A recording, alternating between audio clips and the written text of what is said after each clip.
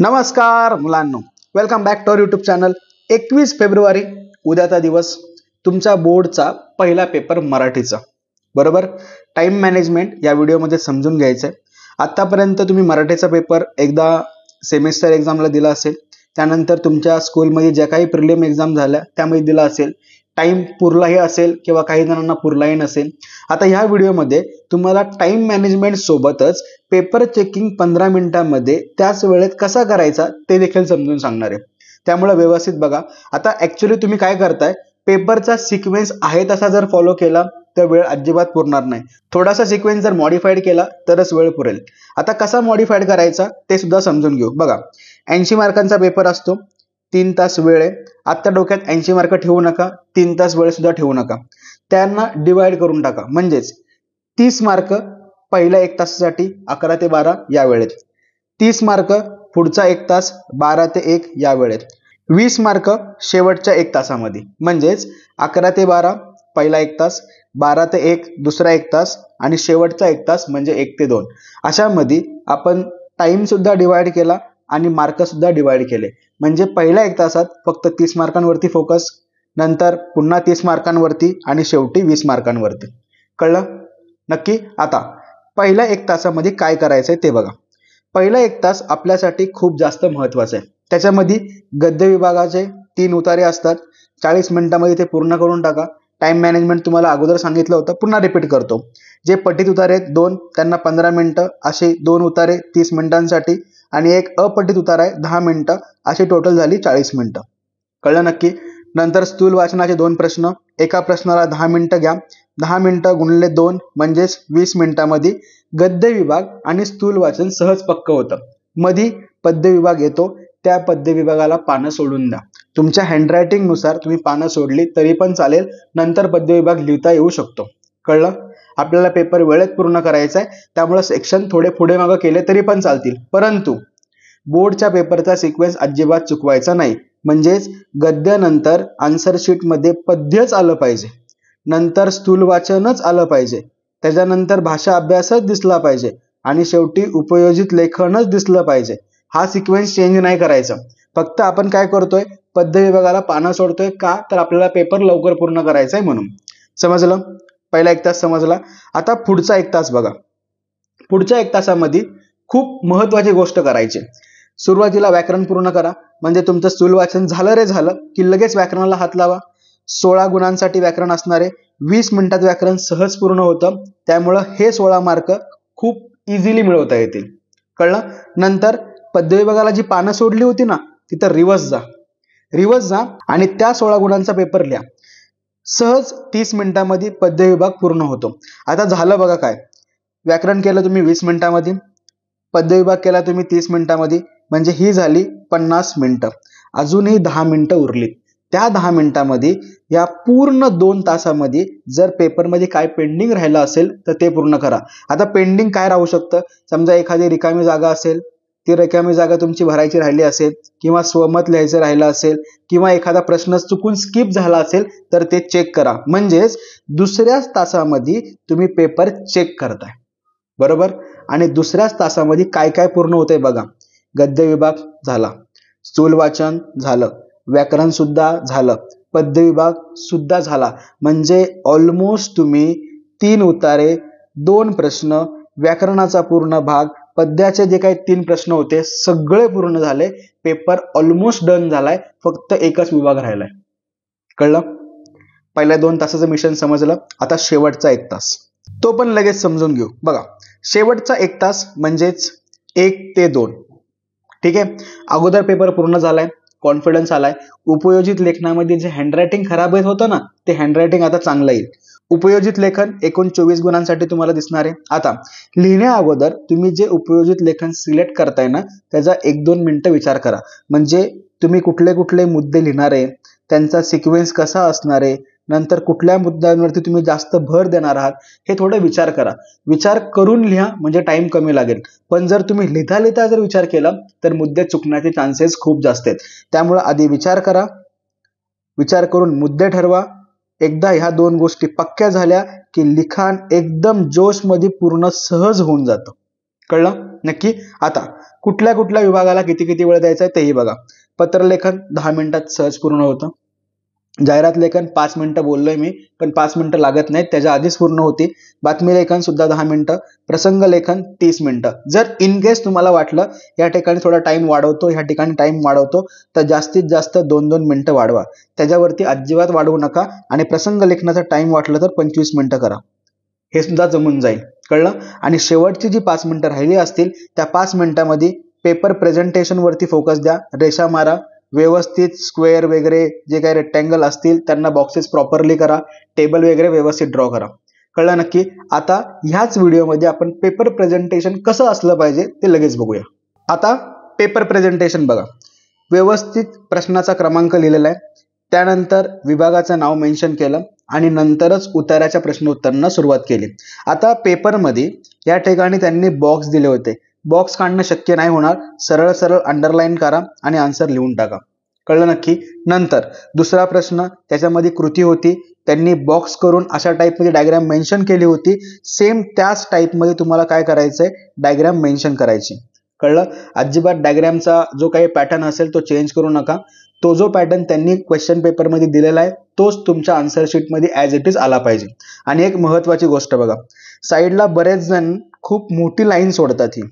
हा गॅप जास्त सोडू नका. हार्डली 1 सेंटीमीटर ठेवला तरी चालेल, 1 सेंटीमीटरच्या वरती जास्त गॅप ठेवू नका. आणि आन्सर शीटमध्ये अशा टाईपमध्ये सुरुवातीला 10 मिनिटं अगोदर आन्सर शीट मिळते, तर या टाईपमध्ये लाईन मारून घ्या, जेणेकरून तुम्ही प्रश्न क्रमांक सहज लिहू शकता. आणि लक्षात ठेवा, क्वेश्चनचा नंबर, प्रश्न क्रमांक आणि उपप्रश्न क्रमांक हा ठळक अक्षरात आणि स्पष्टपणे दिसला पाहिजे. कळलं नक्की? जेवढी कमी खाडाखोड करता येईल तेवढी कमी करायचा प्रयत्न करा.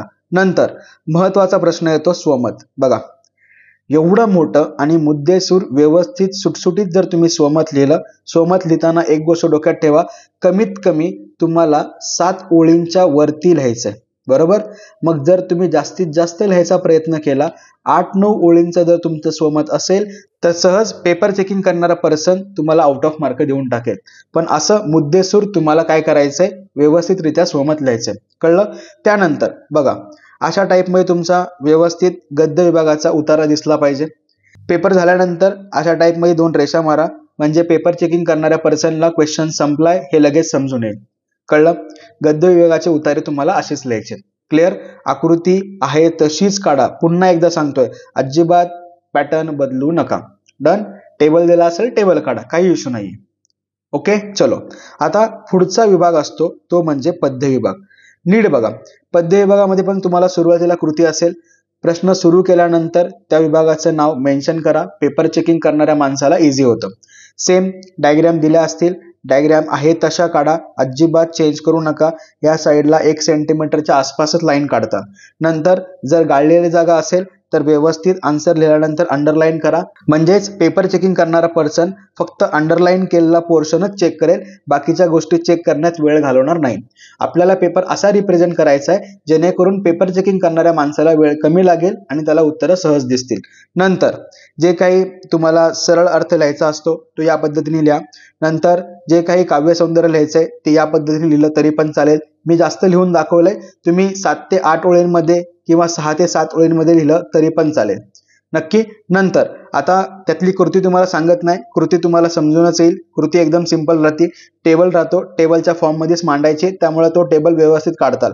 आता महत्वाचा प्रश्न येतो रसग्रहणाचा. रसग्रहण लिहिताना अशा फॉर्म मध्ये लिहायचंय. बरेच जण काय करतात, इथं गॅप सोडून देतात. असा गॅप सोडू नका. असा गॅप सोडला ना, तुम्हाला वाटतं उत्तर मोठं दिसतं, पण ऍक्च्युअल मध्ये ते मोठं नाही दिसत. तिथं सहज कळून येतं मुलांनी किंवा मुलींनी उत्तर लेंदी करण्यासाठी हा गॅप सोडलाय. त्यामुळे गॅप सोडू नका. असे सौंदर्याच्या खाली असे अंडरलाईन मारा, काव्य सौंदर्याच्या खाली अंडरलाईन मारा, भाषिक वैशिष्ट्याच्या खाली अंडरलाईन मारा, जेणेकरून चेकिंग करताना या गोष्टी इझिली सीन होतील. डन? नक्की समजलं कसं लिहायचं ते प्रत्येकाला? बघा, अशा टाईपमध्ये तुमचं रसग्रहण दिसलं पाहिजे. आहे का नाही सिंपल? कमी खाडाखोड करा आणि व्यवस्थित लिहा. नंतर स्थूल वाचनाचा प्रश्न, विभाग क्रमांक 3, हेडिंग दिलं. स्थूल वाचनाचं उत्तर मी लास्ट व्हिडिओमध्ये पण सांगितलं, याही व्हिडिओमध्ये व्यवस्थित बघा. सुरुवातीला इंट्रोडक्शन लिहायचंय, नंतर मेन उत्तर आणि शेवटी कन्क्लुजन. मी थोडं मोठं लिहिलंय, पण तुम्ही डोक्यात असं ठेवा, कमीत कमी 10 ते 12 ओळींचं तुमचं उत्तर पाहिजे. पहिल्या 2-3 लाईन इंट्रोडक्शनला वापरा, शेवटच्या 2-3 लाईन इंट्रोडक्शनला वापरा आणि मधल्या ज्या काही 8-9 लाईन्स असतील, 7-8 लाईन असतील, त्या सगळ्या लाईनमध्ये प्रॉपर उत्तर मुद्देसूर मांडा. कळलं? अशा टाईपमध्ये जर तुम्ही उत्तर लिहिलं तर का नाही तुम्हाला 3 मार्क मिळणार? सहज मिळतील. आणि वेळ सुद्धा पुरतो. 10 मिनिटांमध्ये तुम्ही एक प्रश्न लिहिताय ना, मग 10 मिनिटात तर तुम्ही एवढं सहज लिहू शकता. बरोबर? एका वेळेला एका प्रश्नावरच फोकस ठेवायचा. प्रश्न लिहिताना दुसऱ्या प्रश्नाचा विचार अजिबात करू नका, त्याने तुम्ही पॅनिक होताल, हँडरायटिंग खराब होईल, शब्द चुकतील. त्यामुळे एका वेळेला एक पेज, एक प्रश्न, एकच उत्तर, बस, सिंपल. कळलं? आता पुढे येतं उपयोजित लेखन. परत जसं अगोदर बोललो त्याच पद्धतीने व्यवस्थित हेडिंग द्यायचं. कुठलं पत्र लिहिताय ते मेन्शन करा. पत्राचा वरचा मजकूर सुटसुटीत दिसेल असा मांडा. या मजकुरामध्ये खाडाखोड अजिबात करू नका. विषयाच्या आधी एक लाईन, विषयानंतर एक लाईन, नंतर जे मी लास्ट व्हिडिओमध्ये बोललो होतो 3 पॅराग्राफमध्ये तुम्हाला पत्र लिहायचंय. पत्र पुढच्या पेजवर जरी गेलं तरी चालतं, काही इश्यू नाही बघा. आणि शेवटी जसं वरती आपण त्या व्यक्तीबद्दल माहिती लिहिलेली आहे ना, तशीच आपली माहिती सुद्धा पाहिजे, फक्त या ठिकाणी तारीख येत नाही.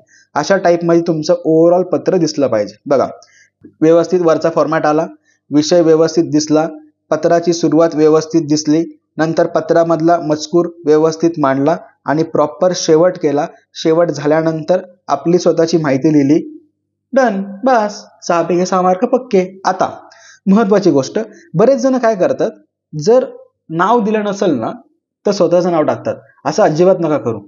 तिथं हीच अक्षरं लिहा, दुसऱ्या कुठल्याच व्यक्तीचं नाव टाकू नका, हीच अक्षरं लिहा. अशाच पद्धतीमध्ये पत्र असून द्या. डन?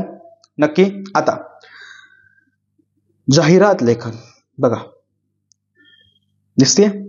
आधीच बॉक्स करून घ्यायचा, आपला फॉर्मॅट ठरवायचा. बाबा मी या ठिकाणी हेडिंग देणार आहे, या ठिकाणी मुद्दा लिहिणार, या ठिकाणी आकृती काढणार, या ठिकाणी भारी भारी शब्द वापरणार, नंतर महत्वाचा मजकूर इथं, आणि शेवटच्या ठिकाणी मला काय करायचंय, आमची माहिती द्यायची. म्हणजेच पत्ता, ईमेल, दूरध्वनी, वेबसाईट, ही सगळी माहिती खालच्या सेक्शनमध्ये येऊन जाईल. अशा पद्धतीमध्ये जाहिरात लिहा, आउट ऑफ मार्क सहज मिळतील. आणि डोक्यात असं ठेवा, जाहिरातीमध्ये खाडाखोड अजिबात करू नका, अजिबात करू नका. मोजक्या शब्दात लिहा, व्यवस्थित लिहा. कळलं? नक्की? आणि हे जसं लिहिलंय ना मी, खास सवलत, हा शब्द ठळकरित्या दिसून द्या. मी जसं मध्ये लिहिलंय ना, बघा ना, पूर्ण जाहिरातीच्या बरोबर मध्ये हा सेक्शन घेतलाय, तसाच सेक्शन करायचा प्रयत्न करा. कळलं? नक्की? आता पुढे येते बातमी लेखन. बातमी लेखन सुद्धा तुम्हाला ऑलमोस्ट हाफ पेजच्या वरती लिहायचे. सुरुवातीला व्यवस्थित हेडिंग द्या, हे सुद्धा लिहा, आमच्या वार्ताहराकडून, ठिकाण, दिनांक, 2 डॉट आणि बातमी स्टार्ट. बातमी सुद्धा सेम. सुरुवातीला काय असणार आहे आपल्या बातमीचं, इंट्रोडक्शन. लास्ट व्हिडिओ उपयोजित लेखनाचा जर बघितला नसेल तर तो बघून घ्या, त्यामध्ये बातमी कशी लिहायची सांगितलंय. नंतर सेम बातमी कशी घडली त्याचे मुद्दे करायचे आणि मुद्द्यानुसार त्याची काय करायची, मांडणी करायची. इझिली होऊन जाईल, अजिबात लोड घेऊ नका. नंतर बातमीचा हा झाला शेवट. अशा टाईपमध्ये जर तुम्ही बातमी लिहिली, 5 पैकी 5 मार्क पक्के. बरोबर? कळलं? आता प्रसंग लेखन मी लास्ट व्हिडिओमध्ये सांगितलं होतं, त्याचा फोटो सुद्धा तुम्ही काढलेला आहे. जर काढला नसेल तर त्या व्हिडिओमध्ये नक्की जा, तो फोटो काढून घ्या, ते प्रसंग लेखन नीट वाचा. बाकी प्रेझेंटेशन प्रत्येक विभागाचं सांगितलंय, फक्त प्रसंग लेखन राहिलं, ते तुम्हाला लास्ट व्हिडिओमध्ये सांगितलंय, ते एकदा बघून घेतात. कळलं? कसं पाहिजे समजलं? अजिबात पेपरचा लोड घेऊ नका. पेपर हा इझीच असतो, टाइममध्ये कव्हर होतो. आणि डोक्यात एकच गोष्ट ठेवा, तुमचा अभ्यास झालाय, जेवढा अभ्यास झालाय तेवढा सगळा अभ्यास आपल्याला पेपरमध्ये छापायचा आहे. परत आपल्याला 10वी द्यायची नाहीये. कळलं? नक्की? व्यवस्थित पेपर लिहा. All the best. तुमचा पेपर नक्की सोपा जाईल. Bye bye.